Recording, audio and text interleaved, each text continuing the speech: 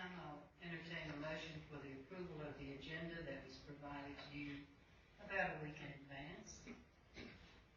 So moved. Second. It has been moved and seconded to approve the agenda. All in favor, please raise your right hand. Thank you. I'd like to welcome our visitors tonight. We have a lot of staff and parents and children, and that's a wonderful opportunity for us. I especially remember one of the dads here tonight because he was such an outstanding student and was always involved in everything. And I'm glad to know that he's back with us tonight with his own children. So that's wonderful.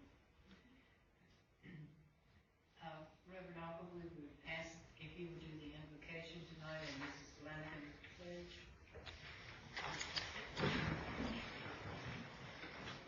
Let us pray. Our Father, we ask you this evening to give us wisdom and understanding as we project the needs and concerns of the schools. Father, bless the staff, bless the teachers and the students, and we pray for their safety. Amen. I pledge allegiance to the flag of the United States of America and to the republic for which it stands, one nation, under God, indivisible, with liberty and justice for all.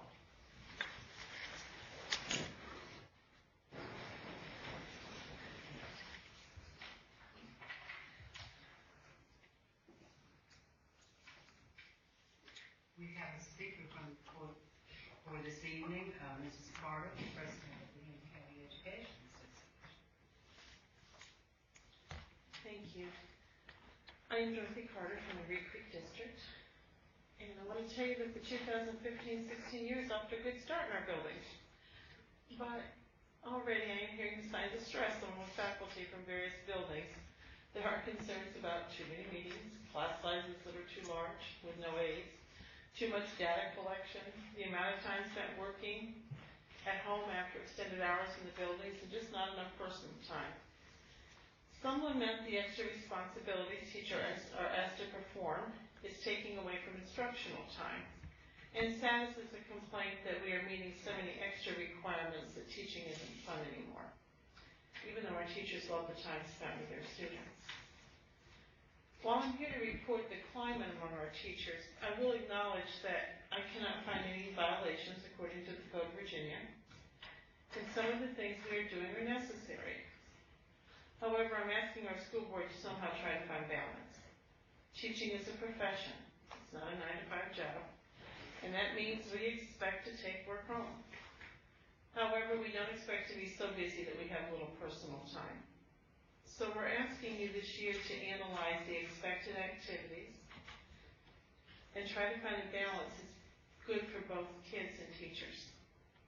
If we don't, I'm fearful that we will lose some of our best teachers. The recent exodus that we've seen in neighboring localities has occurred in part because teachers found themselves staying until late in the evenings while still taking work home. And this is typical across Virginia when academic review has been imposed by the state. And again, when that happens, there are certain criteria that schools must meet. However, the teachers cannot continue to work long hours without adequate rest and personal time before students start to suffer. A big part of the problem is that class sizes have increased in recent years. And while they're still within the sizes set by the Code of Virginia, they're larger when compared with the years before the recession. We acknowledge that the school board is not to blame for the decline in revenues it has received since 2009. But teachers are paying the price. Teachers are doing more for less, a fact that Dr. Cotton shared with our Board of Supervisors last spring. So I'm asking you to please analyze the current expectations and try to find some compromises that will achieve a healthy balance for students and teachers.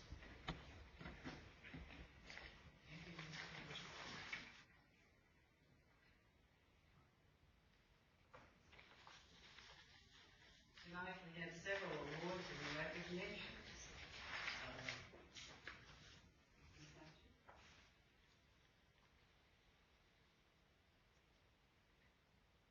very pleased this evening to recognize 3 local media outlets and representatives of those outlets for their partnership with us throughout the course of the school year in sharing what we consider to be our story and alerting the school community to the wonderful things that are happening within each of our schools.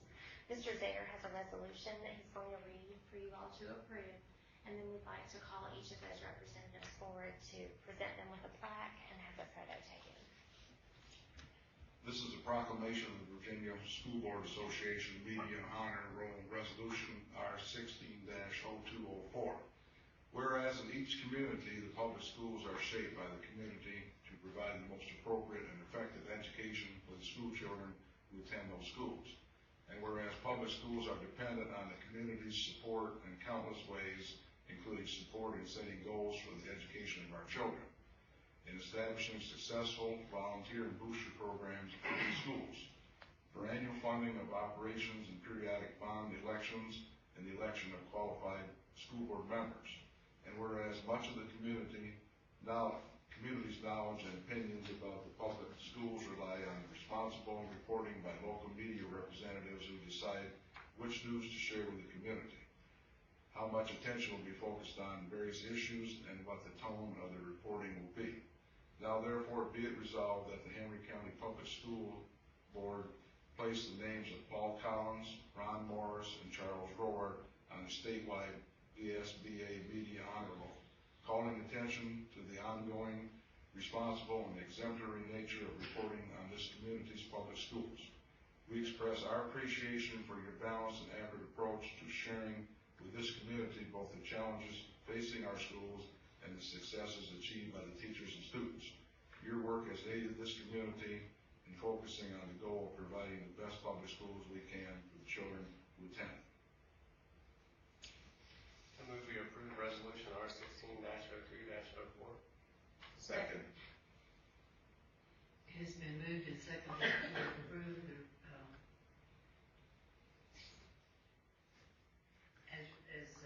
the resolution as written. All in favor, please raise your right hand. Madam Chairman, as you and Dr. Cotton make your way downstairs, I'd first like to call up Paul Collins of the Martinsville Bulletin. We are recognizing Paul tonight with a copy of the resolution and a plaque for his timely reporting, his collaborative work style, and all that he does with us, and for his frequent participation in Henry County Public Schools activities and events.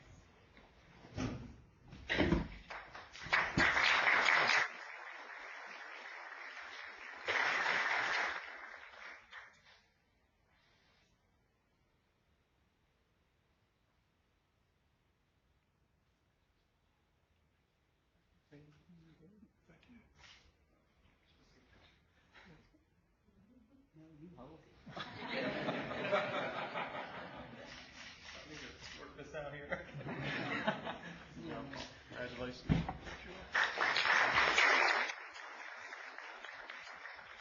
We are also excited tonight to recognize Ron Morris of B99 Radio.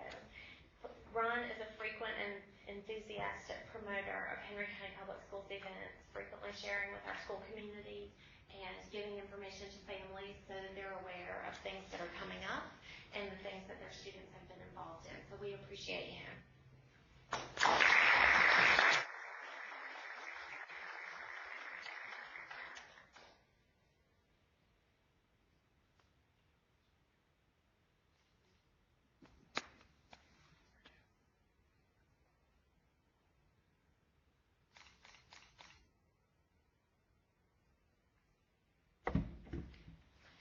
And Mr. Bork got a late start. He is on the way, but we do want to recognize him.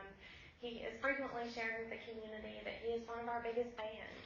And we worked very closely with him as he has revamped a lot of what they do at Star News to include featuring videos of Henry County Public Schools events and our teachers, and running those frequently so that the community is aware of the great things happening in our classrooms.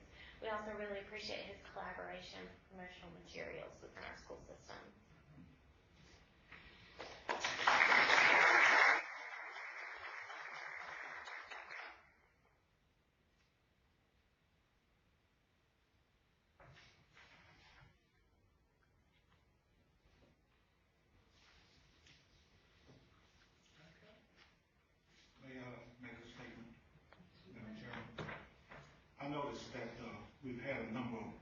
bus accidents started the school year. And also, there's another radio station out of North Carolina, which I'm going to mention, that I used to listen to, and almost constantly in the morning, they got blurbs about reminding people that school has started. I would really appreciate if our local media could perhaps join in that and make things safer out there for our kids. We think that would be excellent, yes, sir.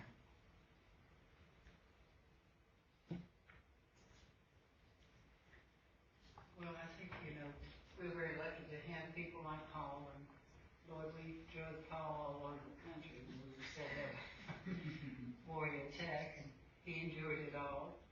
And Ron has always been our buddy, and maybe that's because he used to teach for us, and he was a good teacher too, so we're very pleased about that, and we'll brag on Charles a little bit when he comes. I have the next one as well. As you may already be aware, September is Attendance Awareness Month nationwide, and we would like for you to come together to extend a call to action to our community. We want to remind teachers and students and the students' families that attendance is a priority, that it's important for students to be present in school every day. So it is our hope that this month, as we share things through the local media and through our schools, that we can mobilize our community to really support attendance in our schools. And we do have a resolution for you to support there. And it says, whereas good attendance is essential to student achievement and graduation, and we are committed to dedicating our resources and attention to reducing chronic absenteeism rates with a focus starting as early as kindergarten. Whereas chronic absence, missing 10% or more of school for any reason, including excused and unexcused absences, or just 2 of 3 days a month, is a proven predictor of academic trouble and dropout rates. Whereas improving attendance and reducing chronic absence takes commitment, collaboration, and tailored approaches to particular challenges and strengths in each community. Whereas chronic absence predicts lower 3rd grade reading proficiency, course failure, and eventual dropout, it weakens our communities and our local economy. Whereas the impact of chronic absence hits low-income students particularly hard if they don't have the resources to make up for lost time in the classroom, and are more likely to face systemic barriers to getting to school, such as unreliable transportation, lack of access to health care, unstable or unaffordable housing. Whereas chronic absence exacerbates the achievement gap that separates low-income students from their peers, since students from low-income families are both more likely to be chronically absent and more likely to be affected academically by missing school. Whereas schools and community partners can reach out more frequently to absent students to determine why they are missing school and what would help them attend more regularly. Whereas all students, even those who attend regularly, are affected by chronic absence because teachers must spend time reviewing for students who miss lessons. Whereas chronic absence can be significantly reduced when schools, parents, and communities work together to monitor and promote good attendance and address hurdles that keep children from getting to school. Now, therefore, be it resolved that the Henry County School Board hereby proclaims that our schools will stand with the nation in recognizing September as Attendance Awareness Month. You all are agreeing to hereby commit to focus on reducing chronic absenteeism, to give all children an equitable learning opportunity to grow, to thrive academically, emotionally, and socially. Before we would adopt this resolution, what things are we actively doing as a school system to reduce absenteeism? We will be working this month to send out some promotional items through our social media sites that engage with parents. We're also having teachers talk with students about the importance of attendance. Ms. Copenhaver and I have visited every school to speak with the staff at that school to address staff attendance and the importance of staff being present.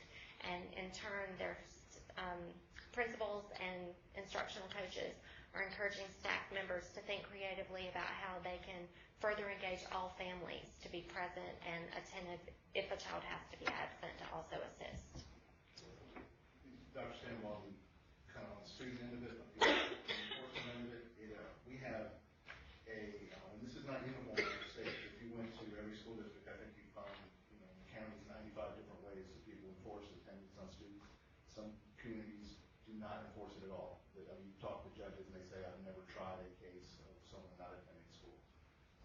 here on the student end, Amy, Scott, and myself, and they actively communicate with staff, school level staff to say if they have this many unexcused absences, you follow this procedure of notifying the parents, having a meeting, finding out what's the issue. It's a variety of social, economic, drug, many issues. And with the younger children, we have follow-up meetings, and we ultimately take them to court and prosecute them. And people have gone to jail for not sending their kids to school. It's unusual, but it has happened. I hope it has. I don't know the data to show it has a residual effect, but every level of the meetings and getting notice to people, more people start getting their child to school. But there are some, probably several dozen a year, that parents are prosecuted, and an equal number, probably the total of maybe 100 students and children together that we prosecute. The older teens we do this CHINS, juvenile court truancy. So we actively seek to, and the state law doesn't make it easy, but we actively seek to enforce compulsory attendance. Madam Chairman, I was going to bring this open to board matters, but this is appropriate. Last month, Mr. Milner was talking about teacher attendance, and we're trying to work with the HCA to improve our teacher attendance. And apparently, Mr. Collins asked what our teacher attendance rate was. That's Mrs. Hatchett, which is brilliant on Mr. Collins' part, because that's freedom of the press. And then Mrs. Hatchett responded to him, and she sent us a copy. And when I was reading it, I was kind of nervous. I said, oh my goodness, I hope our attendance is better than the national average. And thank goodness it was. I believe ours was 96, Dr. Cotton, and the national average was 94. That sounds right. Right? So I was pleased, but you made me nervous, Mr. Collins, all right? But we're still trying to improve that, and we need to work with the HCA to improve the 96 and just get that higher. Yeah, and Mrs. Carter also, and she shared with each of you, sent out a message to her folks to reinforce the importance of attendance as well. So we're continuing to send that message. I move we adopt resolution R16-05. Second. It has been moved and seconded to adopt resolution R16-05. All in favor, please raise your right hand.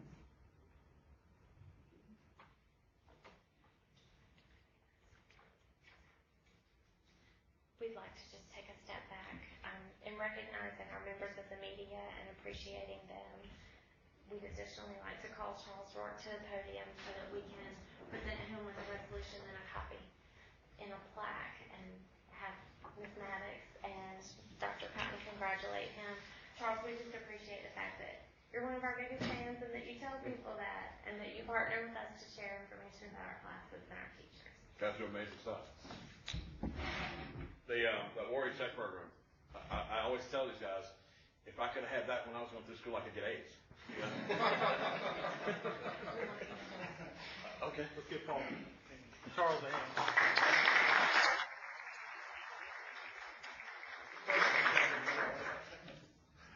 Did you get it?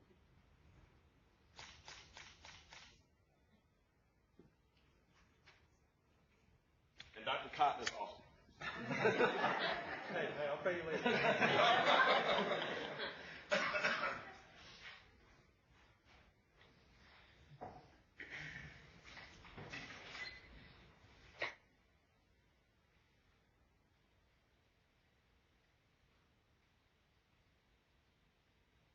The next item, or area of the agenda is information agenda. We have some students with us tonight. Is it?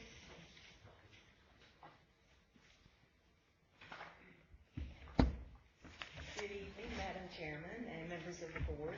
It is my pleasure to share, along with two of our students, Emma Perlman and Sarah Stanbaugh, information and experiences pertaining to summer governor school opportunities.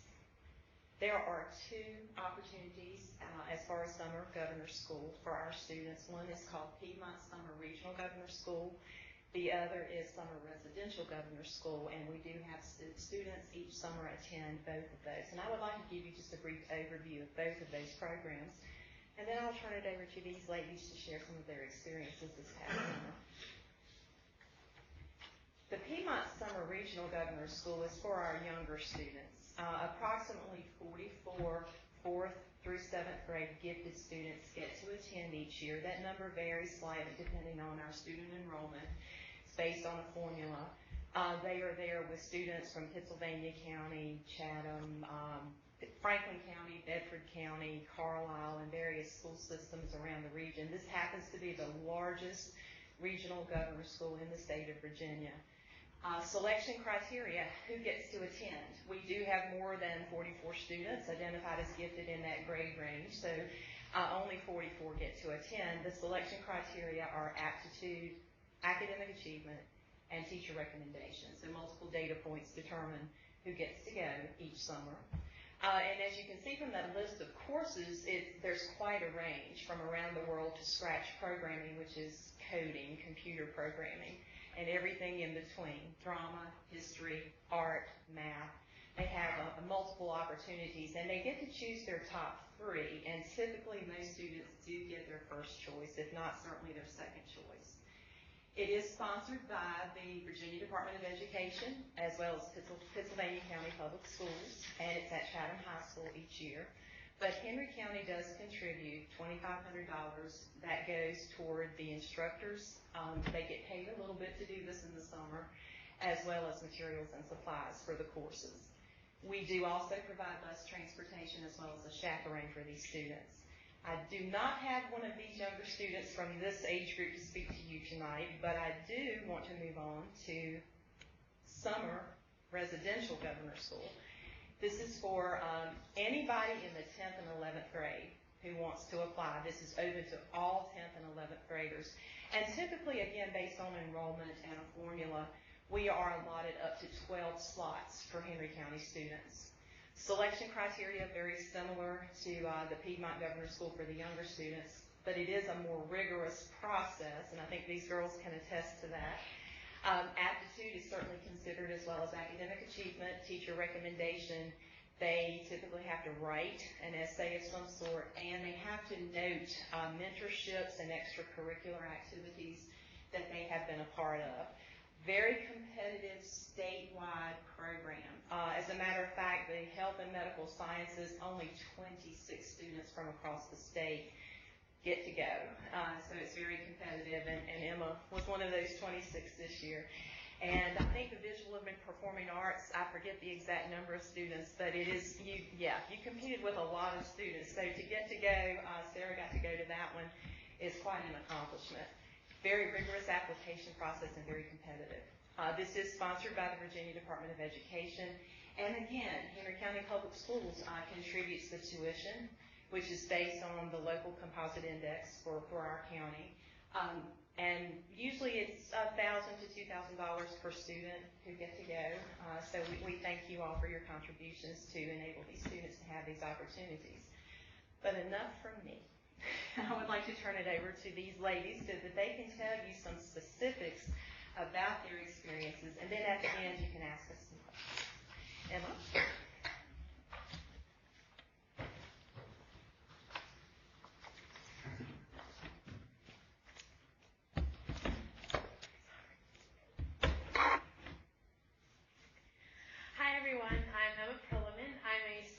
This year at Magna Vista High School and the Piedmont Governor's School, and I'm an aspiring doctor. So I realized this about 2 summers ago on a random car ride when I realized that I wanted a career where I could help people at the same time as I could be challenged mentally. So since none of my family has been in this profession before, I realized I was going to have to work even harder than most to be able to achieve this. So fast forward 2 summers later, this summer I was blessed to be able to attend the Governor's School for Medical and Health Sciences at VCU. It's a 4-week intensive at VCU in Richmond for 26 of the brightest future physicians in Virginia, and basically we all have a common focus, and we learn and live together. And at this program, I was able to be surrounded by people like myself and really find out more about and surrounded by peers who feel the same way. So while we were there, we went through 3 rotations, one each week. The first was person, then community and scientist. We had one each week, and a final week of shadowing for the week. Everything was centered on our central case study, which we had a new one weekly, and basically we, through questioning the patient, doing tests on the patient, we were able to come up with a diagnosis for each patient, and then we were charged with analyzing the impact on the community. And then on the final week, we were each given, we were assembled into smaller groups and had to look at all of the different aspects of the case study in a small group, kind of a culmination of what we'd learned through all the different 3 weeks of the different aspects. So during these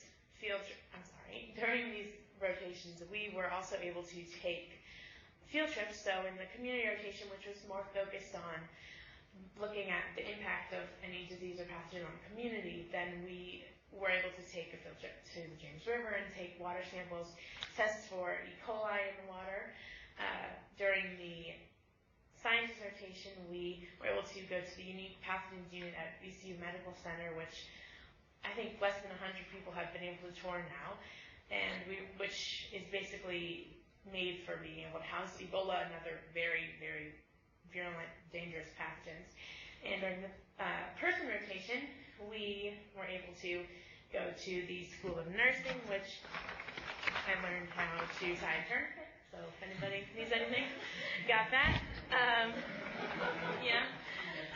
then we also took a field trip to the School of Dentistry, which is the only dentistry school in Virginia at VCU, and had a little souvenir. We made molds. And finally, at the gift shop, we all kind of got these. This is basically the common cold is how it looks as a zoomed in a lot is the common cold rhinovirus. So this is adorable. I thought so. I don't know. Wouldn't normally think that a common cold is adorable, but it can be. Anyway, and then so also in the person rotation, we were each able to individually shadow in the OR for about 3 hours at a time each, and I personally was able to watch a woman have a tumor removed from her mouth, and it was probably one of the most horrifying and intriguing things I've ever seen, so that was great. We were not working all the time. At Governor School, I met some people that I know I'll be lifelong friends with. We had such a great time. My friends at Governor School were people that I could really click with because we all had similar values and intellectual standards and ability, and it's honestly it's so much simpler to be able to make friends with people who are similar to you. And the people that I met at Gov School, you can see some of them on the PowerPoint, are people that I will never forget, honestly. So there aren't enough hours in the day for me to explain what an amazing 4 weeks I had at the Governor's School. But the people who I really have to thank for this are you all, because it's you all who were able to fund me and letting me go there and have this amazing experience. And I can't thank you enough for this incredible opportunity. You made a difference for one student, me, and now I will be able to make a difference for many in the future. Thank you very much.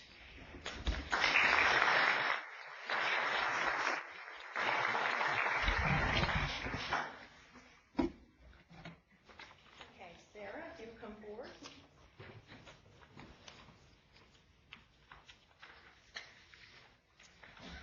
Good evening. My name is Sarah Stambaugh, and I've been playing piano for 11 years.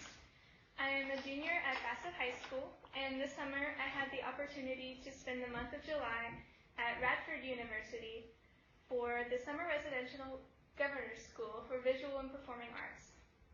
I attended this program for piano, and I was one of 7 other pianists.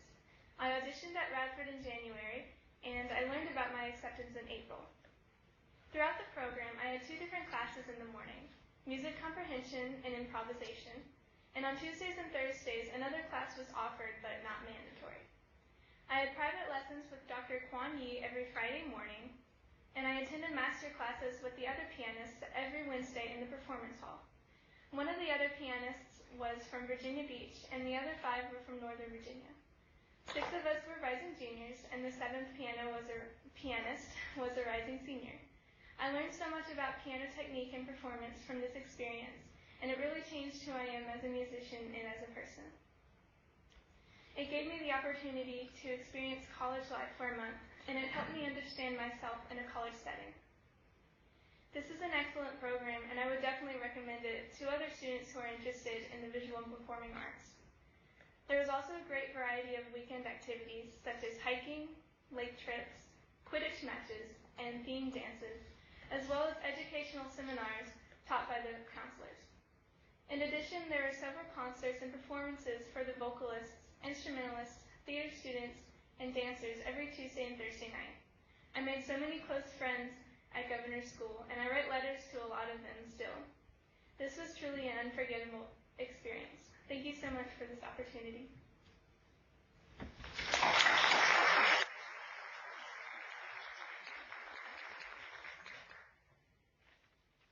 Hey, do you all have any questions for these ladies or myself?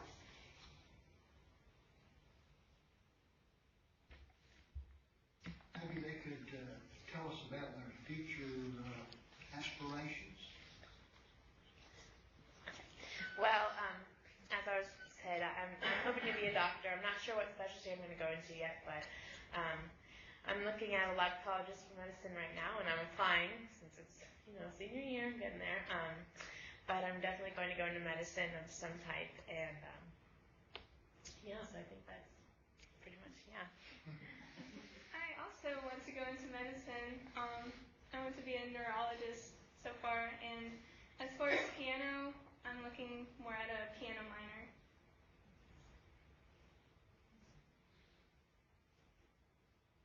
Well, I think for many years we've had really outstanding students in our school division, and we often hear about some of the great things that they've done.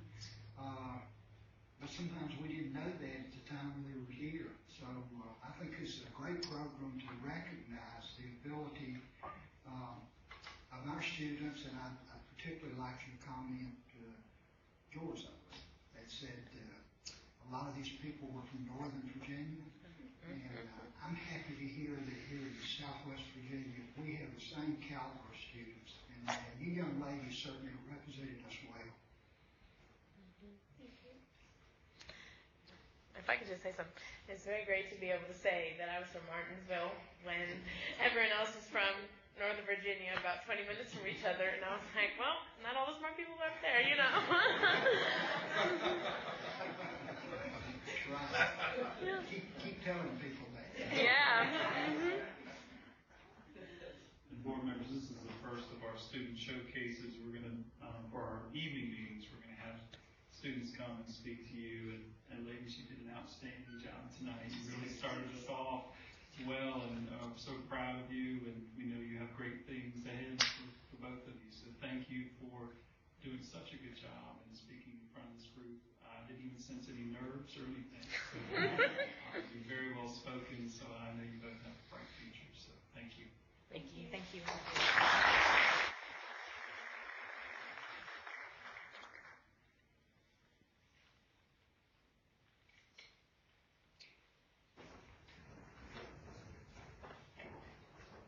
Ms. Mann, proposed revisions to school board policy.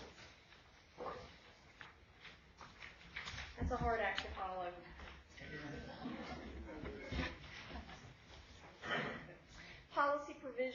Policy revisions that we're proposing reflect efforts to bring policies into compliance with new or existing laws and regulations, or they've been revised for editorial reasons. The policies can be found on board docs under the featured tab, Policies Under Consideration. There are a number of policies to review, so I'll provide a brief summary of the major changes. The following policy changes have been prompted by the amendment or the enactment of Virginia Code or federal regulations. Policy BBFA, Conflict of Interests and Disclosure of Economic Interests, is being updated to expand the definition of gifts and prohibited gifts, as well as to reflect the penalty for failure to file the Statement of Economic Interest form within the semi-annual time periods prescribed within Virginia Code. Policy BDC, closed meetings, expands discussions the school board may have during closed meetings to include plans to protect public safety as it relates to specific cyber security threats or vulnerabilities, as well as discussion of records excluded from mandatory disclosure where discussion in an open meeting would jeopardize the safety of any person or the security of any facility, building, structure, information technology system, or software program. Policy DB, annual budget, is being updated to reflect that upon approval of the school division's annual budget, the division must publish the budget in line item form. Policy DJ, small purchasing, is being updated to reflect that where small purchase procedures are adopted for construction, the procedures should not waive compliance with the Uniform State Building Code. Policy EB-AB, policy possible exposure to viral infections. This policy is being updated to ensure that if a minor's blood specimen is sought for testing for viral infections, then the parent, guardian, or person standing in loco parentis of the minor must be notified prior to initial testing. Policy GAD, access to employee social media accounts. This is actually a new policy which addresses employee rights and responsibilities as they relate to employee personal social media accounts. Policy GB, equal employment opportunity and non-discrimination. This update prohibits discrimination in employment against any person on the basis of gender identity, in addition to other forms of prohibited discrimination that were previously included. Policies GBA and JFHA, prohibition against harassment and retaliation, prohibit demeaning or otherwise harmful actions directed at gender identity. Policy GCBEB, military leave and benefits, is being updated to reflect that employees needing military leave must notify their supervisor immediately upon official notice to report for duty, that employees on less than 12-month contracts should try to arrange military leave during non-duty hours, and that an employee scheduled for a physical exam for military service during working hours will be given paid leave. Policy JEC and Regulation JEC-R, school admission. Both the policy and the regulation are being updated to reflect that the school board assigns a unique student identification number to each student enrolled in the division. Policy JO, student records, is being updated to include guidelines for handling unauthorized disclosure of electronic student records and disclosure of information relating to home instructed students, as well as a procedure for requesting that a grade for a high school credit-bearing course taken in middle school be omitted from the student's transcript. Policy KFB, administration of surveys and questionnaires, explains the list of information or expands the list of information requested of students in surveys or questionnaires that require prior parental notification.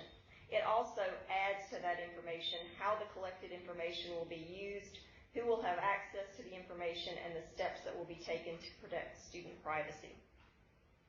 And finally, LBD, home instruction, clarifies the definition of parent, expands the list of tests that may be used as evidence of progress in home instruction, and restricts disclosure of information regarding home instruction.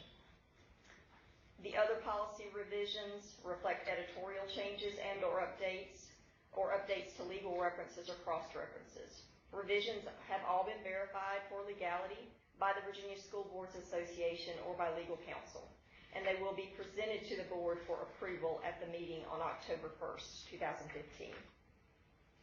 Are there any questions?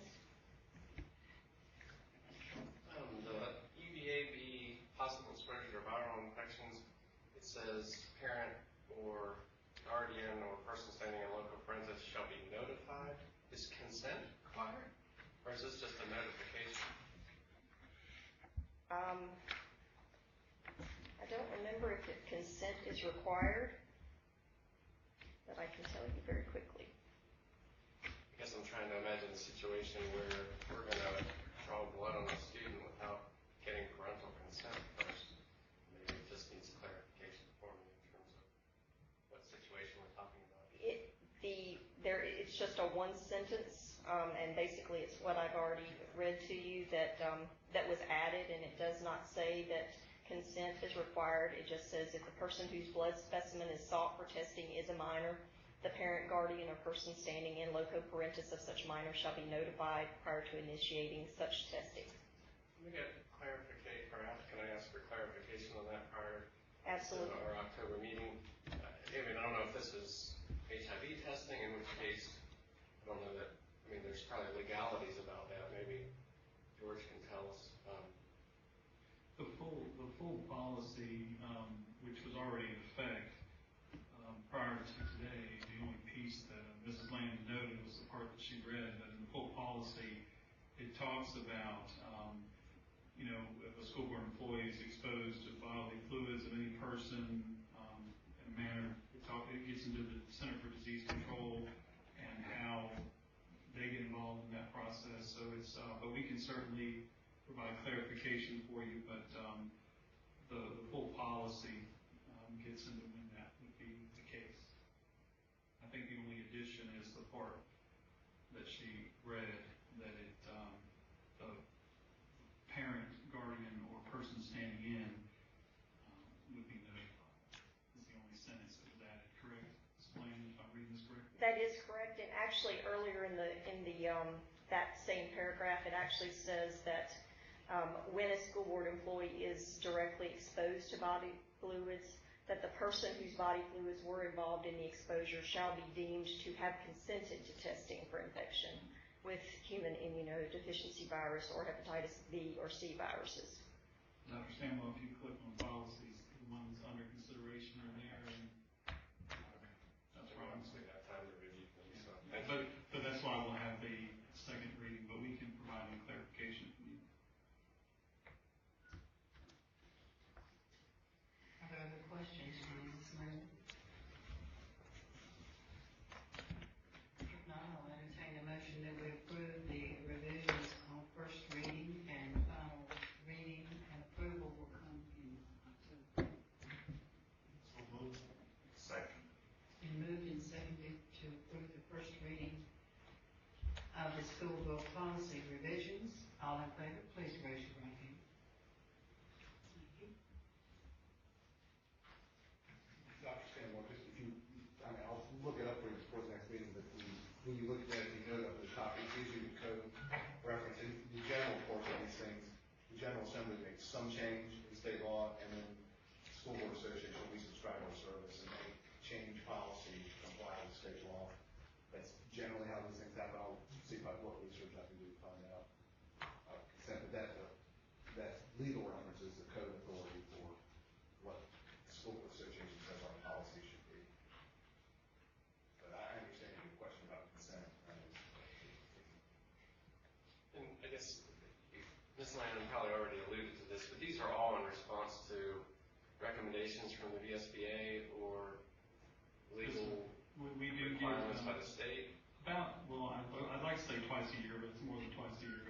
Throughout the year, based on actions by the General Assembly and changes to code and so forth, we get updates throughout the year with recommendations. We don't just simply approve those. We assign them to staff members where those fall into their area of responsibility. We review those. We make changes and adapt them as we need to, but there are certain things that are required by code, and we have to implement those things, so we don't have as much leeway on those. But just so you know, we spend a great deal of time reviewing these before we bring them forward. But we do get a lot of the changes come from the VSBA because we pay for that service. We'll move into the consent agenda, and there are several items there. The approval of the minutes from the August meeting, the approval of bills for payment, approval to renew our reading A to Z and RAS Kids reading program, and approval of overnight and out-of-state field trip requests. Is there a motion to remove any one of these for individual discussion? If not, do we have a motion to approve the consent agenda? So moved. Second. Mr. Moved and seconded to approve the consent agenda. All in favor, please raise your right.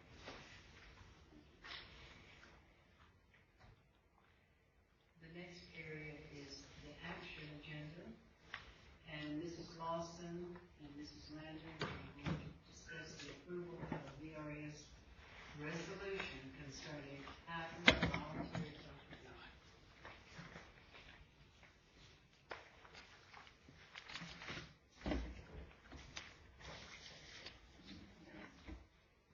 Yes, Madam Chair and members of the board. We're going to talk about the VRS hybrid voluntary contribution possible elections. Looking at our current hybrid plan that was put into place by our legislation, there is a defined benefit portion, which is made up of the employer contribution and 4% of the employee contribution, where we now pay 5% of contribution to our VRS. It's also made up of the defined contribution, where the employees put in a mandatory 1% for a total of the employee portion of 5%. They can also put up to an additional 4% of their salary into this as a voluntary contribution. We would match it up to 2.5%. For the first percent, we match it 1%, and for each of the additional 3%, we match it by 0.5%. Recently, the legislation allows school divisions to elect eligible employees to use an employer-sponsored hybrid 403 plan for the voluntary portion of these contributions, the additional 4%. The employer matching these contributions would go into the 403B or the employer's cash match plan pursuant to Internal Revenue Code 401A. The formal signed resolution to elect or decline eligible employees to direct their voluntary contributions to the employer-sponsored plan must be postmarked to VRS on or before November the 2nd, 2015. And currently, the voluntary contributions by the employees are directed to the VRS hybrid 457 deferred compensation plan, and our match is directed to the 401A cash match plan. Looking at it, if we decline to participate in the employer-sponsored hybrid 403B plan, there are no changes necessary for us to make at this time. We adopt the resolution electing not to participate, and if we decide at a later date after we find out more about this process and what's involved, we can get back into it. We can opt to participate because it's an annual election for the school systems. Advantages of maintaining our current program. We have the benefit of the VRS team, their expertise and oversight. They are accountable and responsible for the state and local employees. We currently have a record-keeping model for the current hybrid program through the VRS Navigator. Relief to localities by not having to develop, monitor, administer individual pension plans. The funds are selected and performance of the plan is monitored by VRS employees trained in the area of investing. And training is available for employees through VRS's staff. If we do elect to participate in the plan, we adopt the resolution to allow eligible employees to direct hybrid voluntary contributions to an employer-sponsored 403B retirement plan. The school system becomes the fiduciary responsible person for the employer-sponsored plan, and the locally established 401A cash match plan, not VRS. We may also hire a third-party administrator to help us and assist with this. These fiduciary responsibilities include acting in the interest of the participants and their beneficiaries, acting for the exclusive purpose of providing benefits to the workers participating in the plan that are beneficiaries and defraying reasonable expenses of the plan, carrying out the duties with care, skill, prudence, and diligence of a prudent person familiar with the matters, following the plan documents, and diversifying plan investments. We will also have to take on additional administrative duties. Some of these are, but they're not limited to, develop and maintain our plan documents, ensure adherence to applicable state and federal laws, enforcing hybrid plan revisions, administering the vesting provisions, frequency of contribution changes, working with vendors to correct contribution errors and adjustments.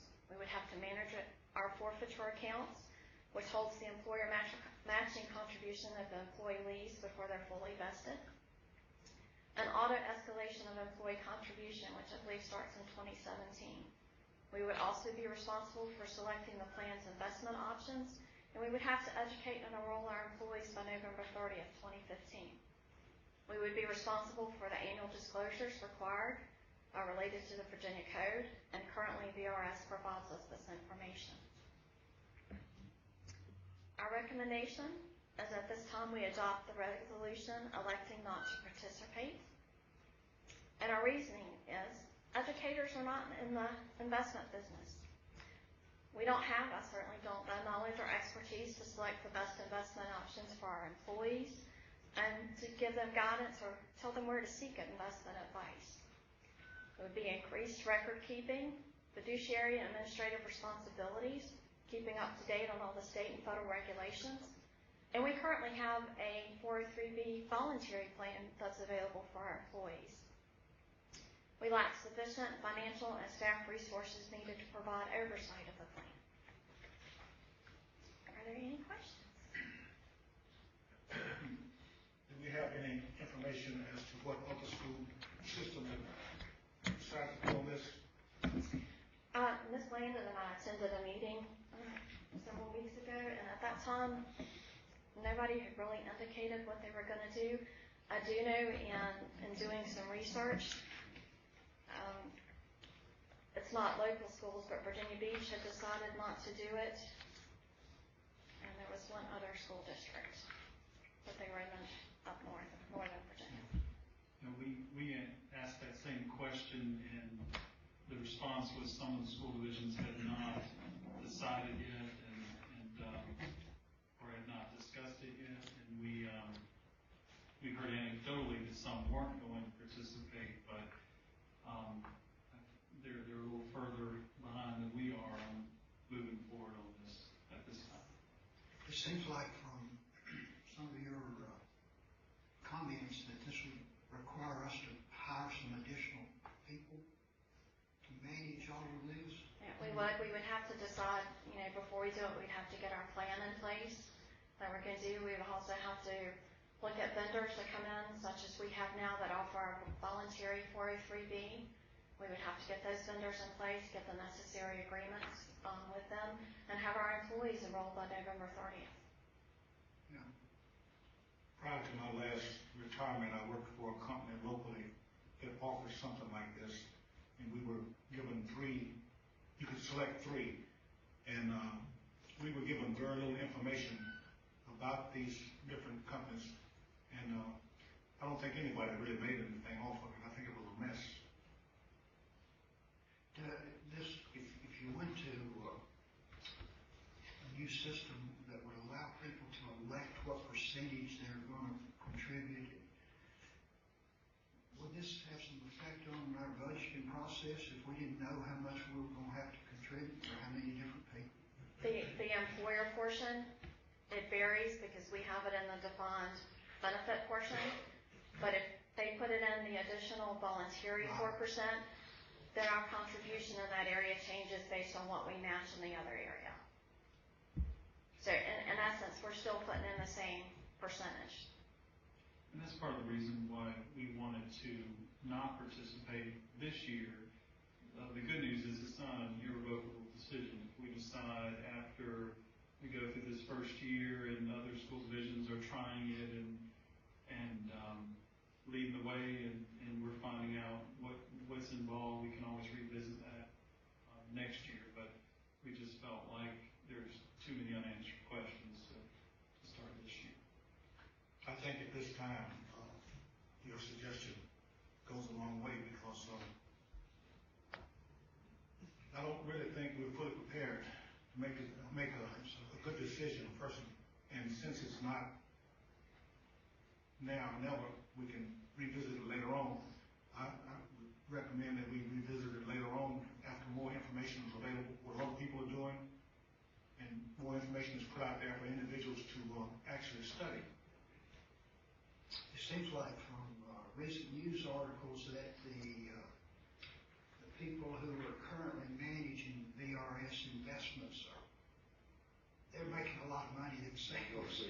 They must be doing a good job. And I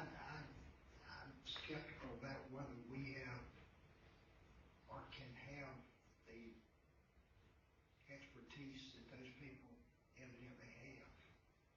I agree with Mr. Milner. I think maybe we need to maybe hold off and see, study this more and see what other systems are doing and what their satisfaction with it is. Madam Chairman, I'll make a motion that we approve the application declining at this time to participate. Second. Excuse me, Madam Chair, Mr. Zare, are you recommending that the board pass the resolution not to offer? Right, not to accept. It has been moved and seconded. Is there discussion before we vote? When you said the decision can be adjusted at some later date, is that like on an annual basis you can make a decision? Yes, sir, we can revisit each year. Am I correct? That's my understanding. All in favor of the motion, please raise your right hand. And I'm sure that Mrs. Carter gonna be checking into that.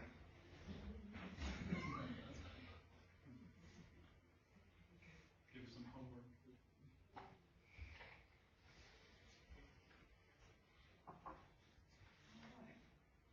Approval of additional appropriation for school nutrition budget for the fresh fruit and vegetable project. The school nutrition program was awarded $95,972, and I will say we did receive notice yesterday afternoon that we had the 3 additional schools that we added on. That Axton Elementary, Campbell Court Elementary, G.W. Carver Elementary, Ridge Acres Elementary, and Sandville Elementary have received an award for the fresh fruit and vegetable program. It's recommended that the school board approve an additional appropriation of $95,972 to the school nutrition budget for the fresh fruit and vegetable program and forward the request to the Board of Supervisors. So moved, Madam Chairman. Second. It's been moved and seconded to approve the additional appropriation for the fresh fruit and vegetable program. All in favor, please raise your right hand. Madam Chairman, may I ask a question in regards to this? I've heard that, for example, fresh fruits and vegetables that we receive under these programs, we throw away a lot because if it's not used. I know this happens for lunches that are provided for extracurricular activities through a grant or these kind of things. And apparently there's stipulations about they can't be used for anything else. And so because of that, we have stuff that if it's not used for this particular activity, it ends up being wasted. First of all, am I in the ballpark about this? And if so, are we doing anything to actively make sure that we're using as much of this and there's as little waste as possible?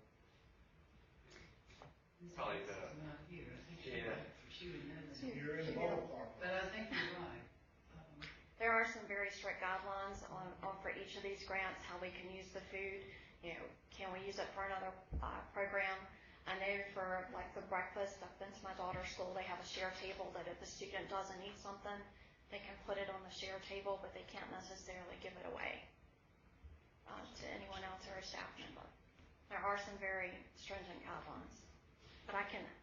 Yeah, not to create any extra work for anyone, I wonder if we could just get a little feedback, and if are there things we're doing proactively to see that what we're receiving is as little as possible going to waste.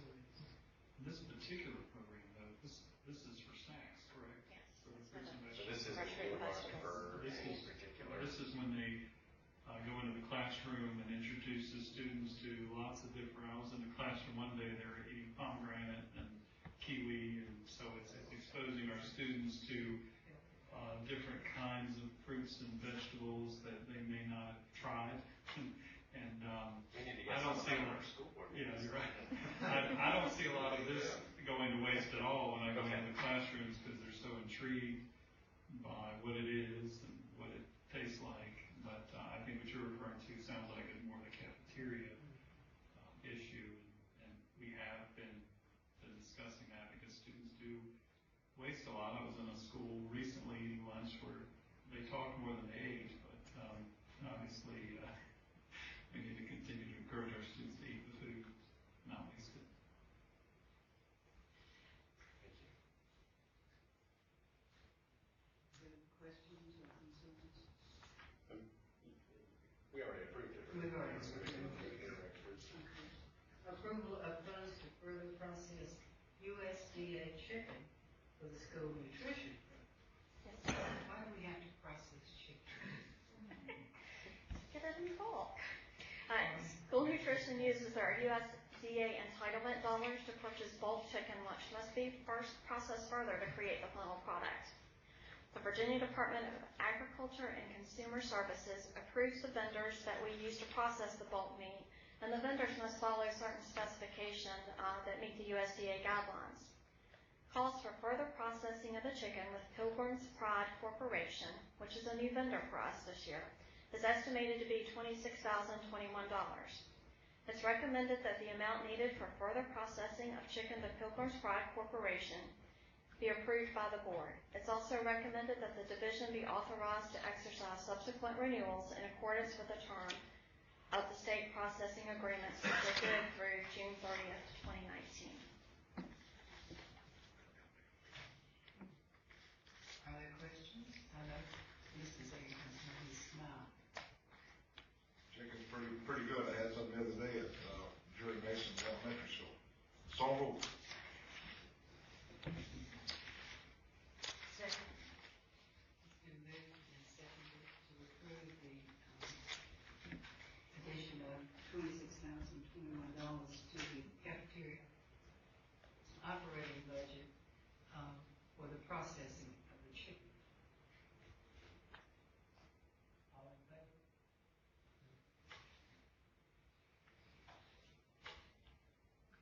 Oh goodness, you can approval of proposed 2017 budget development calendar activities. Yeah, seems like we just finished this, yeah. The proposed budget development calendar is being recommended to ensure the input of appropriate personnel and the community into the budget for the 2016-17 school year, as well as meet the timeline set by Virginia Code. It's recommended that the budget development calendar and associated activities be considered for approval.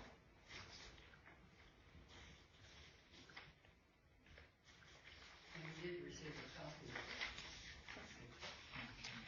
Madam Chair, we did recommend a date in February. It's February 16th. They had a joint meeting with the Board of Supervisors. What we found was that was a good way to share the budget on an evening where they didn't have their regularly scheduled meetings, so that we have more time to discuss our budgetary needs. We're hopeful that we don't have snow on that day, because last year the snow derailed our plans, so we had to do something a little different. But the year prior to that, we did it this way, and it was very positive. And Mr. Hall checked on that date and set it and approved it. So we think that will be a good opportunity for the two boards to talk at that time.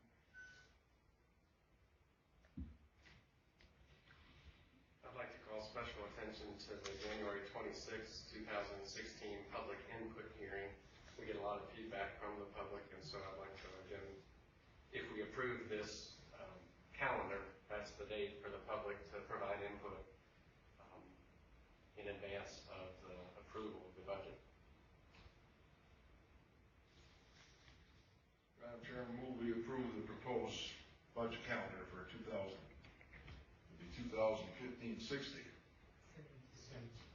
16-17, pardon me. Skip there. Second. It's been moved and seconded to approve the budget preparation calendar. All in favor, please raise your right hand. Thank you. Mr. Bullis. Approval of sick leave bank advisory board for 2015-16 school year. Yes, ma'am. Good evening, Ms. Maddox and members of the board. The board approved the establishment of a sick leave bank for full-time licensed employees in June of 2004. It also approves 7 positions from which individuals would be recommended as sick leave bank advisory board members. And it's the responsibility of that board to make recommendations regarding the levels of the bank and approve requests for the use of the bank by participating members. The 7 individuals who are being recommended as sick leave bank advisory members for 2015-2016 are as follows. Central Office, Wendy Durham. Elementary teacher, Sherelle Hodge. Middle school teacher, James Grandinetti. Elementary principal, Ben Boone. Secondary principal, Joellen Hilton. Superintendent's designee, Christy Landon. HCEA representative, Susan Dawson. It is recommended that the school board approve the names submitted for the sick leave bank advisory board. Move to approve. Second.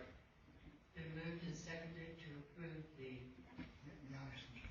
Notice, since this does affect teachers specifically, is the HCEA representative a high school teacher? Yes, sir. So high school teachers are represented? Yes, sir. Okay. Are there other questions? No? Is there a motion to approve the list of members of the lead bank committee? We already have that. Yeah, I second. All in favor? Right.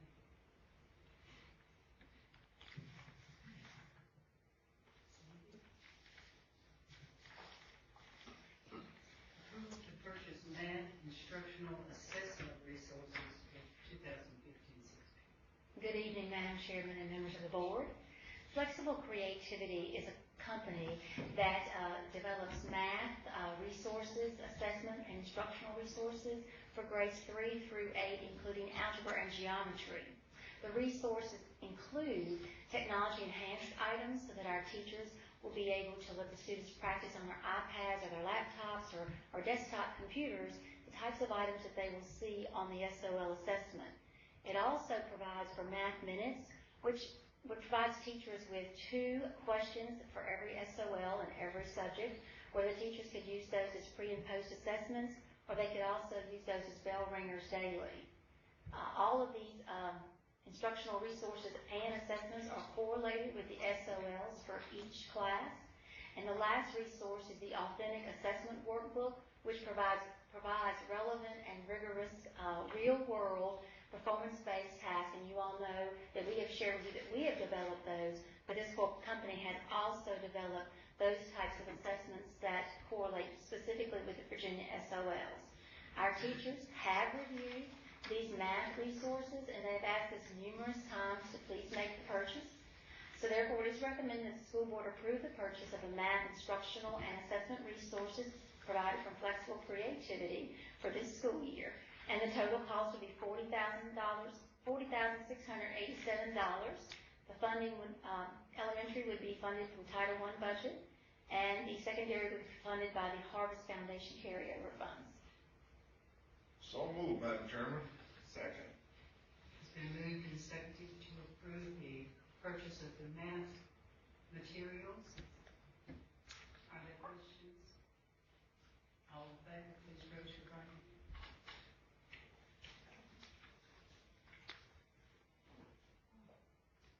Approval to purchase iRead Reading Intervention Program subscription for 2015. Good evening, Madam Chairman and members of the board. iRead is a digital foundational reading program designed to close the achievement gap early and place all K-2 children on a predictable path to reading proficiently by 3rd grade. It is in a sense a Read 180 program for our K-2 children. Read 180 is for grades 3 through 5, and this will help us provide interventions for our K-2 students earlier. Last year, some of our schools were able to use this, and they purchased this with their own money. This year, we're fortunate to be able to buy this for them, so they don't have to use their own money. We're going to use the Title I budget for the FY 2016, which is 100% reimbursable. It's recommended that the school board approve the purchase of a 1-year subscription for the iRead, a reading intervention program for 2015-16, in the amount of $29,890.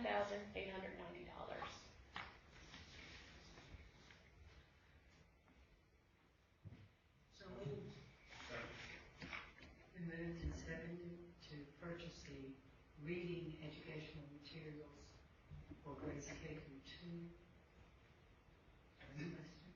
This is something new we haven't had before. No, sir, we had this in our schools last year. Oh, the schools probably Yeah, but they had to buy it individually. We were able to do this with Title I funds this year, and so they wouldn't have to use their money. Did all the schools buy it? We piloted it in a couple of our schools, and our other schools went to visit and saw it and then want it. They're excited about it. They've been asking us for it. The piece that happened in the past is the schools had Title I money for each school, and many of them used it that way, and by purchasing it this way, I believe we save as well. Yes. Looking at a district-wide subscription, but they all wanted to use it and they find it valuable, so we're looking at providing it to all schools. I had an email today from a principal. When are we getting it? They're excited about it. Further questions? If not, all in favor, please raise your right hand. We will talk about Lego also? Yes, ma'am. All right. LEGO Education built to express is a creative teaching aid that enables students to communicate as equals in an inclusive and highly motivated environment. Everyone gets involved and takes an active role in the learning process, transforming the teacher into a true hands-on facilitator. Built to Express uses carefully selected LEGO elements within a unique curriculum-based build and share context. It ensures that every student is given the opportunity to be active, engaged, and heard. Currently, we have LEGO Build to Express in all of our 5th grade classrooms, and we have found them to be a beneficial instructional resource for students and teachers. It is recommended that the school board approve the purchase of LEGO Build to Express kits for all 4th grade students to be paid out of the FY 2015 Title I budget carryover, which is 100% reimbursable, in the amount of $27,140.46.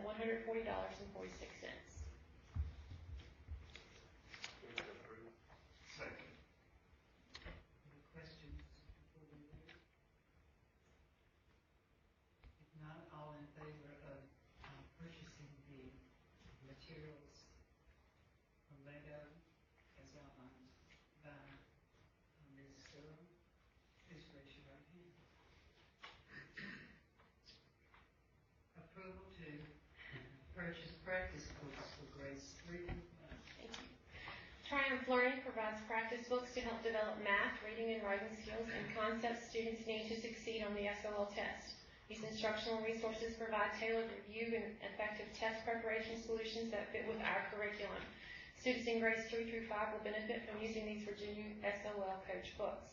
These are, once again, books that normally the schools purchase using their own money, but we were fortunate enough this year to have that put into the Title I budget for FY 2016. So it's 100% reimbursable, so the schools don't have to spend their money on it. We are actually spending Title I for them. And it is recommended that the school board approve the purchase of the instructional resources from Triumph Learning in the amount of $31,321.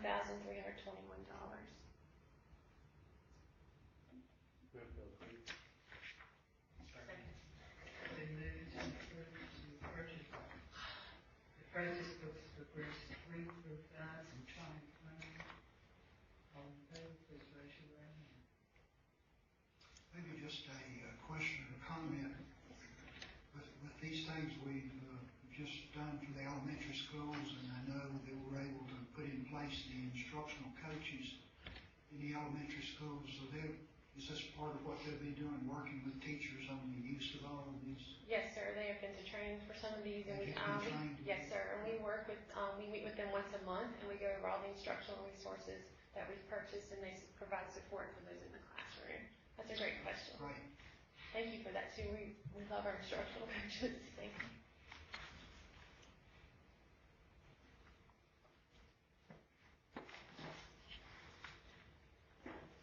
Approval to purchase laptop computers for high school.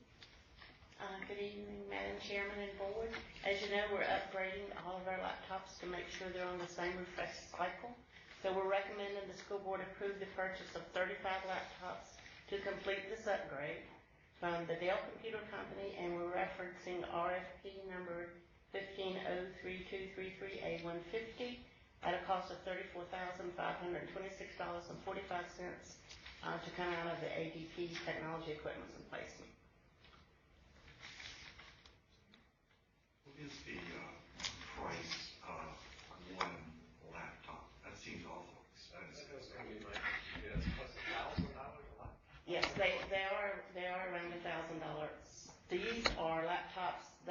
includes also Microsoft Office and the programs that we need on. A Microsoft Office runs around $100 if you have to purchase it. So these are the laptops that we use with our lease also. It seems like we're purchasing pretty high. I mean, obviously you can buy more expensive laptops, but you can certainly buy a lot less expensive laptops. I mean, obviously we're not purchasing gaming laptops and whiz-bang video cards and all this kind of thing, but these just seem... Our student laptops are a little bit cheaper. These will be used in different areas. They don't have the same laptops that we did with our lease. What are they largely used for?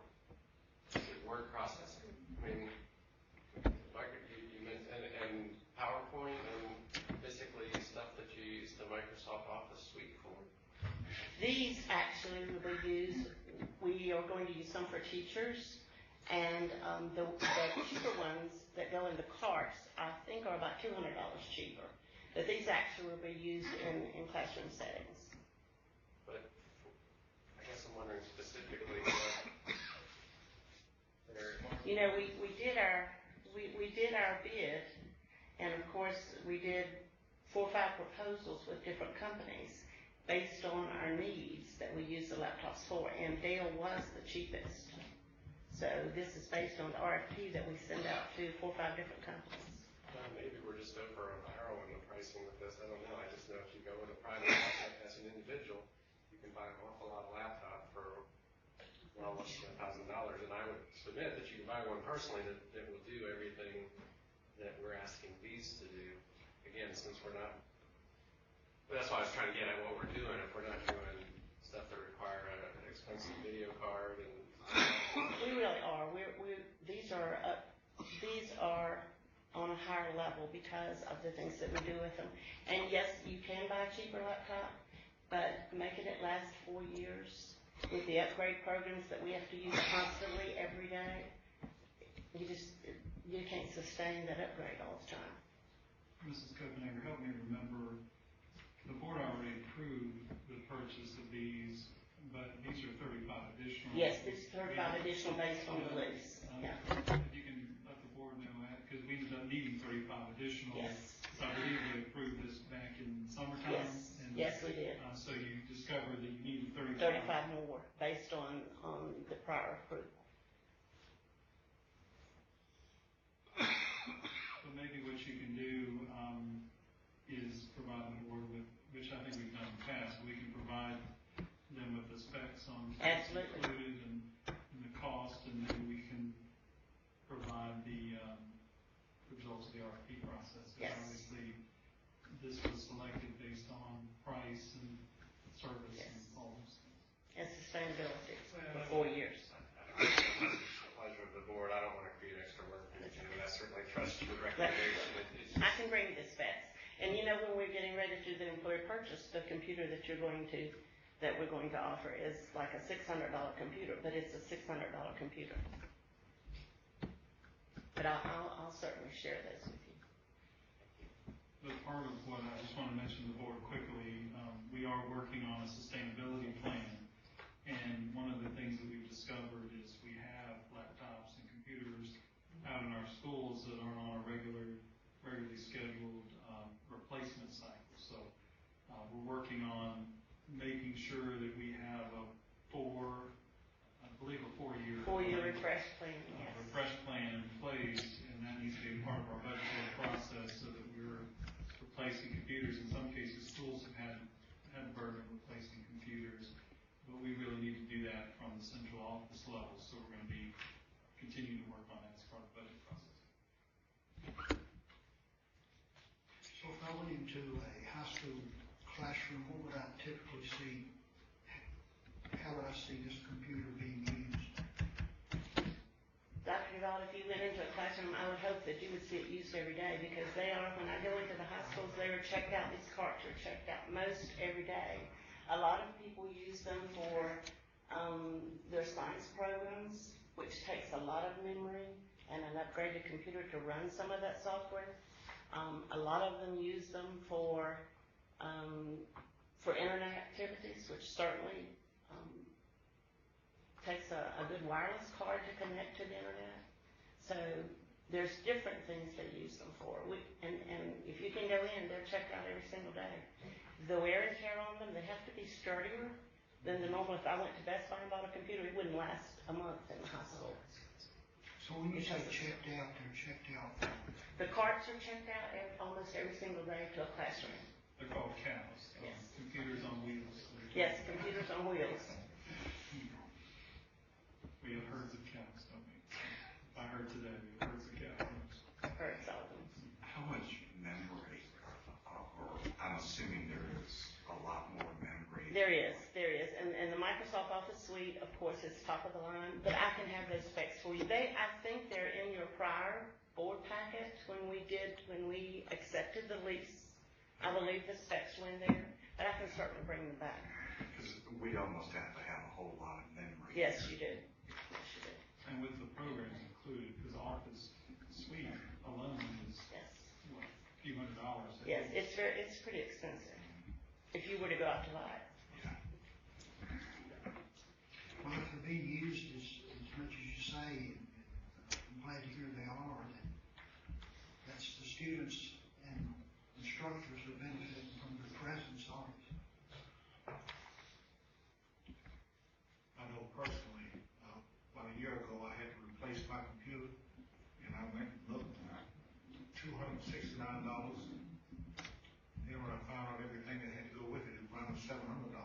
Exactly. Plus, remember on these, on the ones that you voted for the lease, we have the tracking system added. So if you add everything on it, there's a lot of additions that we put on the ones we use in our school division. That was at the May meeting that we did that. Yes.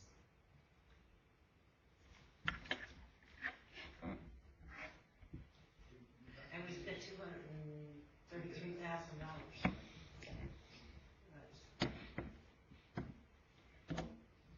But they were for middle and high school. Yes, that's correct. Do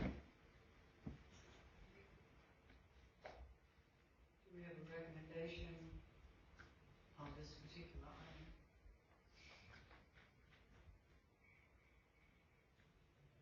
Made that motion yet?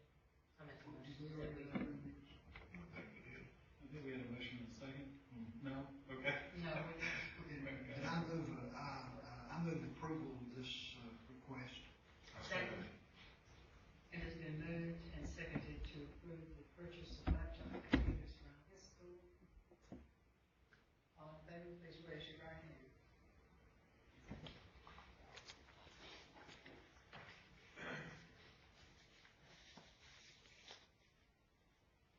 Please, someone to tell us about the use of I get excited every time we talk about this part of it. Madam Chair, members of the school board, during the week of August 17th, a design workshop was held to design a conceptual floor plan for the new elementary school. As part of that, architect and engineering firms, which I will say that team spent 3 days and roughly 16 hours a day, I think, working there in this portion of it. And then members of the committee were made up of the county and the school system that also joined them at certain parts of the day to talk about this floor plan. But during the workshop, it was determined in order to stay on schedule that we need to look at a pre-grading project that could start as early as December of 2015 in order to stay on schedule for an opening of 2017, fall of 2017. So in order to present this interruption, we realized there were additional fees that needed on this. And back in the last board meeting, you approved the basic architect and engineering fees. When the proposal was approved, they listed items that you see there in that third paragraph for potential fees that could come up during a project. So our thought process was we would ask for approval for all of these fees for an amount of $236,100, and that way it would not prevent any kind of interruption during the design stage of this. And of course, if we don't need the fees, a portion of it, then it wouldn't be charged to us as well. So included in that number, of course, is a pre-grading package of that and preparing those drawings and the design of that pre-grading also. So it's recommended that a contract for the additional amount of $236,100 be awarded to RRMM Architects of Roanoke, Virginia, and noted that it was taken to the Board of Supervisors for their approval at the end of August. Mr. Scott, can we keep apprised of all of the happenings and what we are spending on these particular items? Yes, ma'am. It's actually, when they do this, they break this out. I've got a proposal where they break it out of how much each individual has allowed, the allowance for each one. But yes, ma'am, we'll keep a running total of what's used so that we can notify and update the board as we go along. And with the planning, we've also set up an account through Munis to track all of the spending for this project over the period of time. I discussed with you a week or so ago, and in your expert opinion, some of this may not be needed, may not be necessary. Yes, sir. At this point, what we've gone through, at this point, my expert opinion would be is roughly 40% may not be needed at this time. You said about 50%, so 40 is close to 50. Yeah. Let's hope you're right. I do too. And of course, Dr. Stambaugh is on the committee, he can speak to this as well, but we're looking at doing something a little differently, where we're looking at starting the grading earlier to buy us some additional time. If we can start that in December, based on the plans for the new school, then that will give us, some more, that'll save us some more time, because we have a very aggressive timeline, but I also want to make it very clear that we're not just going to work to meet the timeline. We're going to make sure that we do our due diligence and build quality school, and if we can't finish it by fall of 2017, then certainly we'll have to do a middle of the year, mid-year opening, or wait till the following year. But those aren't ideal, but the architects felt that if we do the grading and as early as December, then we'll be in a better position to meet that timeline.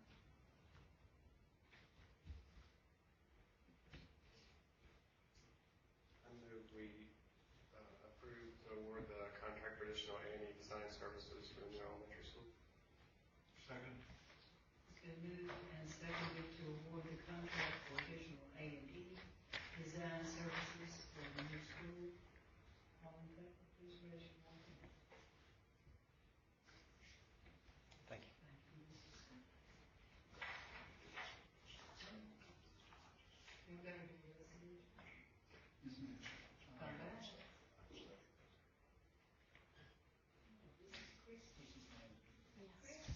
Thank you. As part of ongoing compliance with the Affordable Care Act, which is the healthcare reform legislation, the proposed ACA eligibility policy provides definitions and guidelines for determining eligibility for the division's group medical plan. The proposed ACA eligibility policy was prepared by legal counsel and recommended to Henry County Public Schools by Employee Benefits Consultants, BB&T Insurance Services. Hopefully, board members have had the opportunity to read both the resolution and the policy. It is recommended that the school board approve Resolution R16-06 and adopt the proposed ACA eligibility policy retroactive to July 1st, 2015.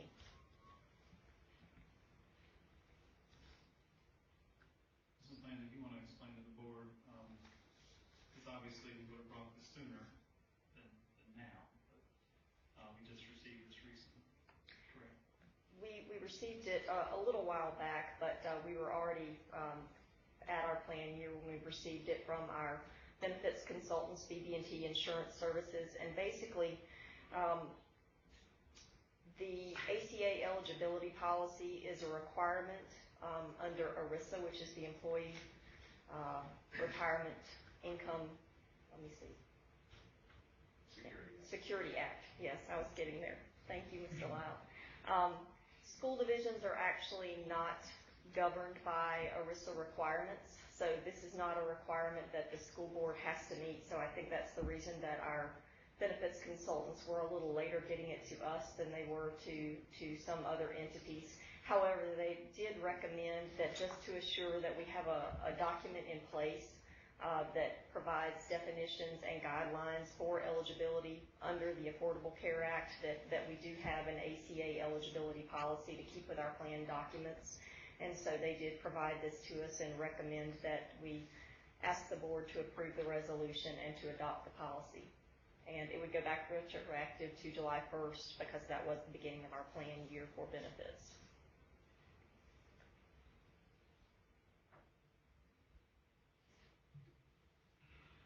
Move approval of the resolution. Second. It's been moved and seconded to approve ACA eligibility policy and resolution R16-06. All in favor, please raise your right hand. Thank you.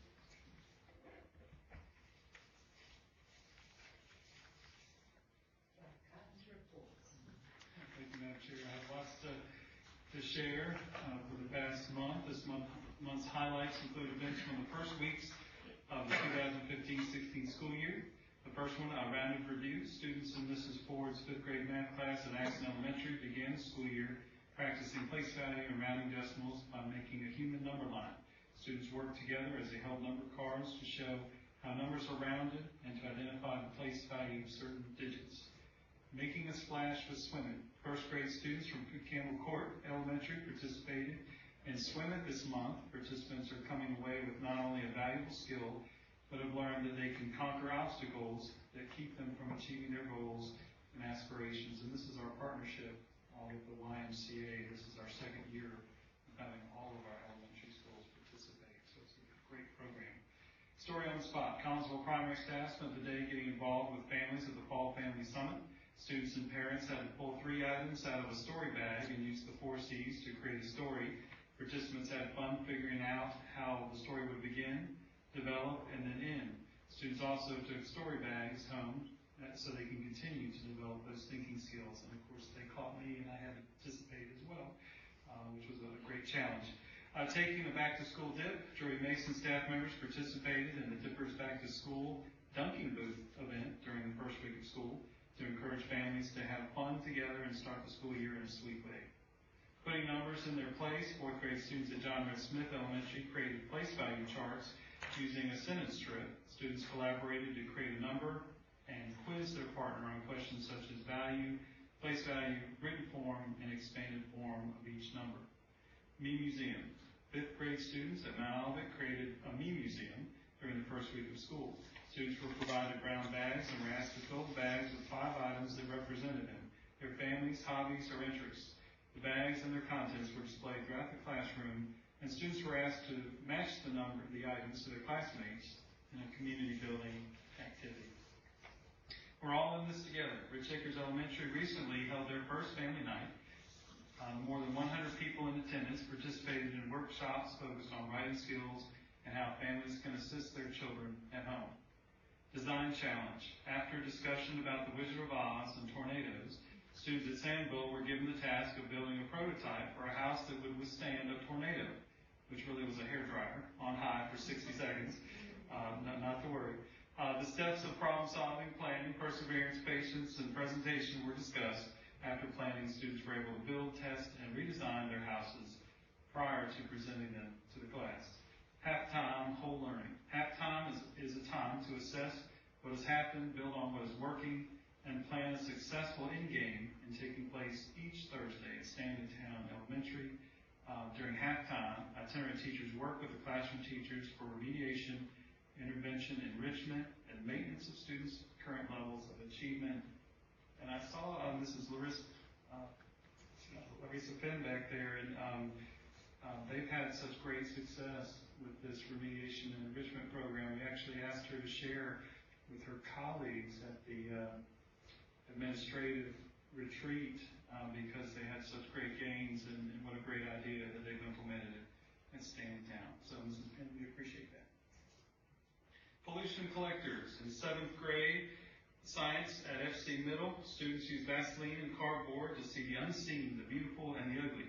Dubbed pollution collectors, students frame Vaseline-covered wax papers and place them in a secure outdoor area for 3 days. What appears to be nothing happens, something actually does happen over time. Tiny gnats and pollen begin to collect, and the students were able to magnify those by 400 times, and they were able to investigate pine bark that looks like a rugged log and an ant with a horrifying antenna and hairy legs, reported by our students. A hero's welcome. Staff members at Laurel Park Middle have been welcoming new sixth graders and their parents to the school.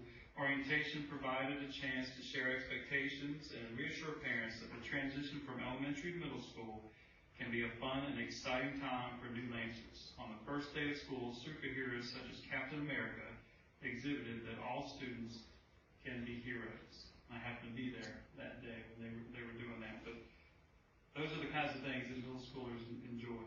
Let's get active. With a focus on 21st century skills, Warrior Tech's Homeo Stay Fit class had a former student to help them launch their first major project of the year, Activate. In this project, students will write a proposal for the team-led TV and web show, Team Life 101, in which they will attempt to motivate teens in our area to become more physically active. Warrior Tech student Sydney McClure runs Team Life 101, which is shown both locally on BTW 21 as well as nationally via the internet. On a mission, students and staff at the Center for Community Learning have started a recycling project for plastic bottles and paper through environmental science class. Students are creating posters to remind school community members to recycle and will pick up bottles and paper each day. Now, Madam Chairman and members of the board, it is my pleasure to introduce you to some very special students, not here in person, but you're going to see them in video form, are brand new kindergartners that started the school year just 4 weeks ago. So I'd like to introduce our new Henry County students.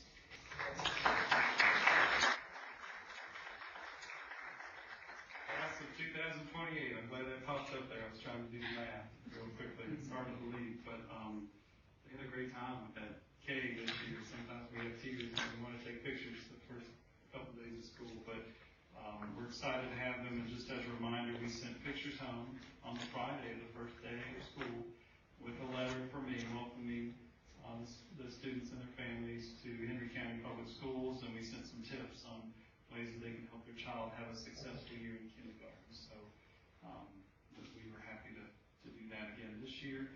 And Madam Chair, the only other thing I wanted to mention is you all should have your acceptable use form. If you have not received that, I want to make sure we get that to you, because I need to have each of you sign off on your acceptable use form, and I guess Mrs. Copenhagen will collect those from you. And other than that, I'll be able to answer any questions that you have on any of the other items in my report section there. How many kindergarten children do we have? Do we have Mrs. Hickson? Right at 500. 500? We're a little lower than last year. 500 kindergartners. Oh, we anticipated. It's about just slightly less than. Kindergarten's a tough one. You have to look at historical information over the last 5 years, but we try our best, but we can never guess exactly. We always fluctuate from year to year. But the good news is our overall enrollment is up. I would say between 65 and 70 students over what we budgeted. So that's the good news. So we're actually over our budgeted enrollment amount, and that's where you want to be.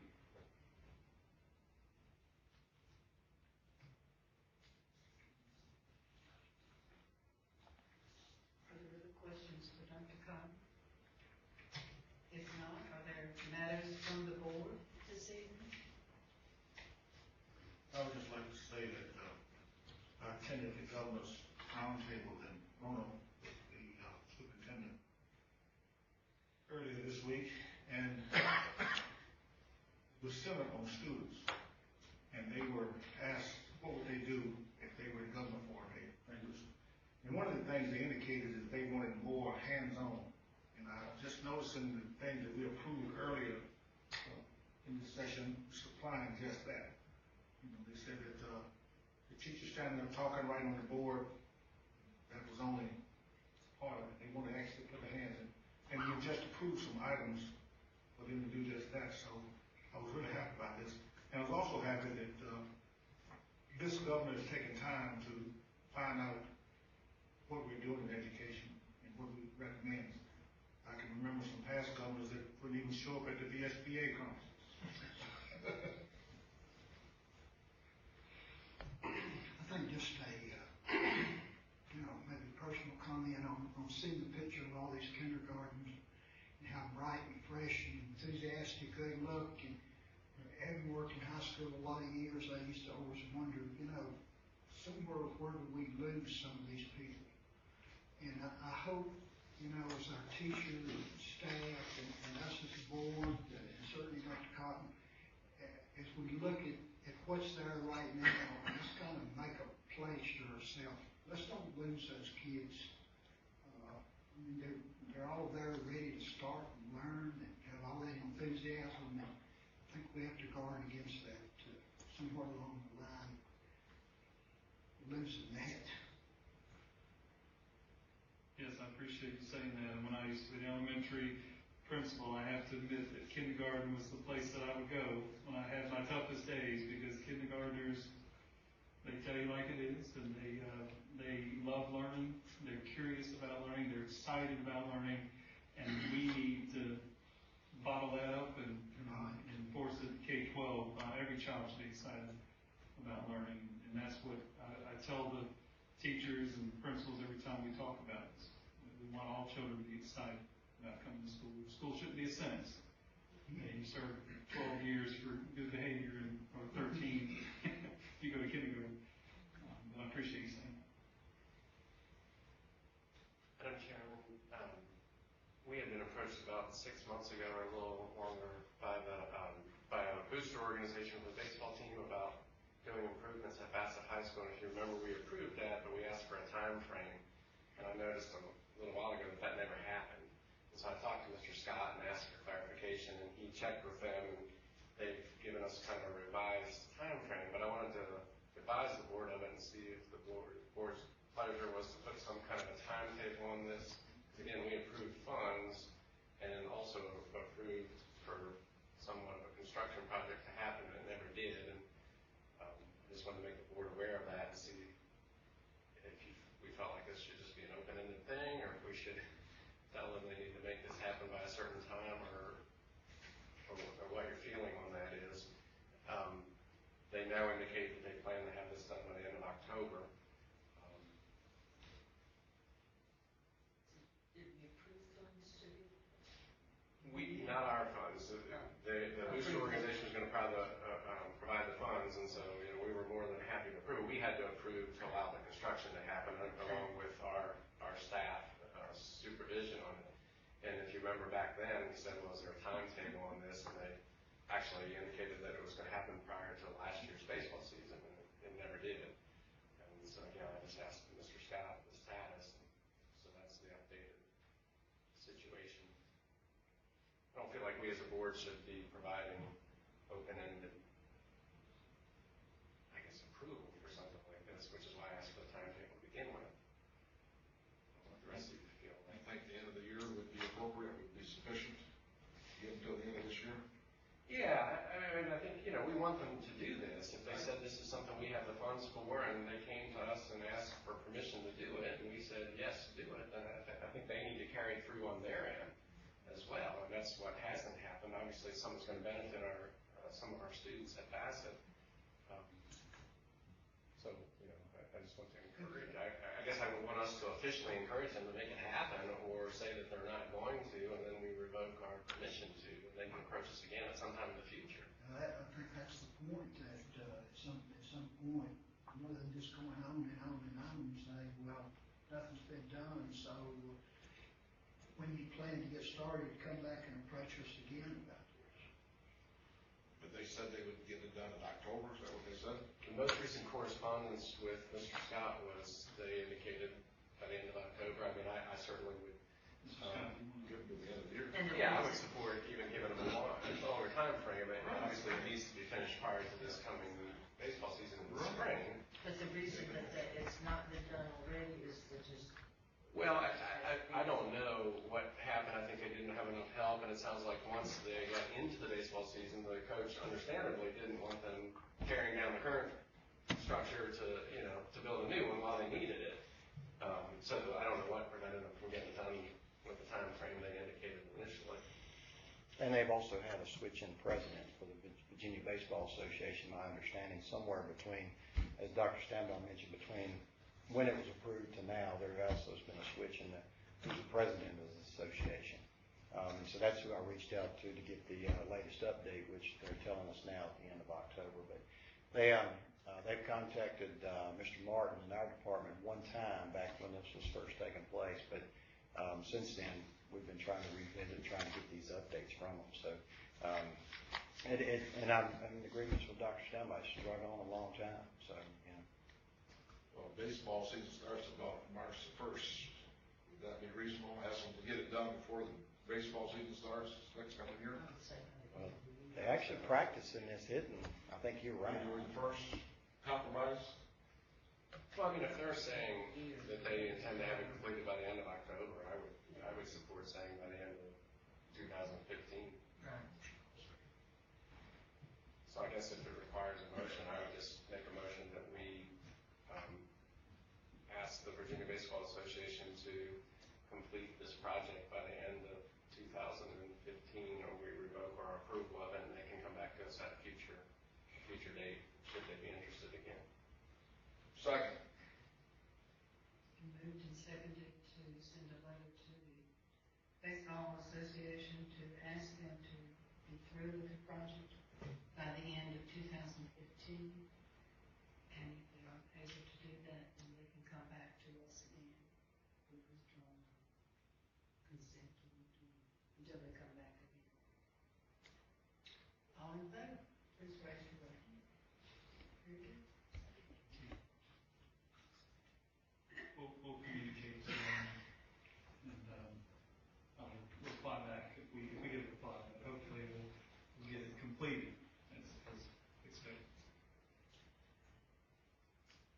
Would remind you of some of the dates coming up, of course, our regular meeting, and if you call the school board office on Monday and nobody answers, don't think they're having a party, they're on vacation, it's Labor Day.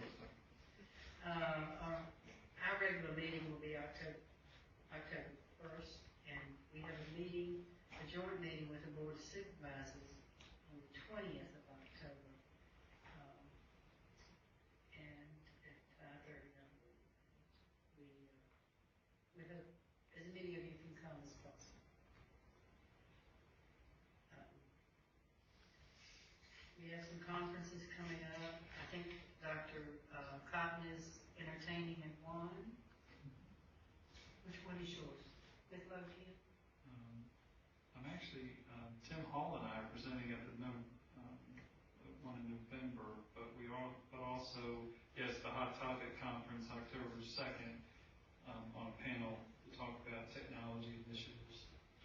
And the VSB annual convention, Tim Hall and I will be presenting at that conference. And that's the Williamsburg conference. All right. I'll entertain a motion to go into executive session. So moved. Second. And moved and seconded to go into executive session. All in favor, please raise your right hand. Thank you. I'll entertain a motion to return to regular session. So moved. Second. It's been moved and seconded to return to regular session. All in favor, please raise your right hand.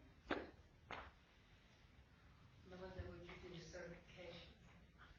Whereas the school board of Henry County is convened a closed meeting on this day pursuant to the Hermitage Reporter's Vote and in accordance with the provisions of the Virginia Freedom of Information Act.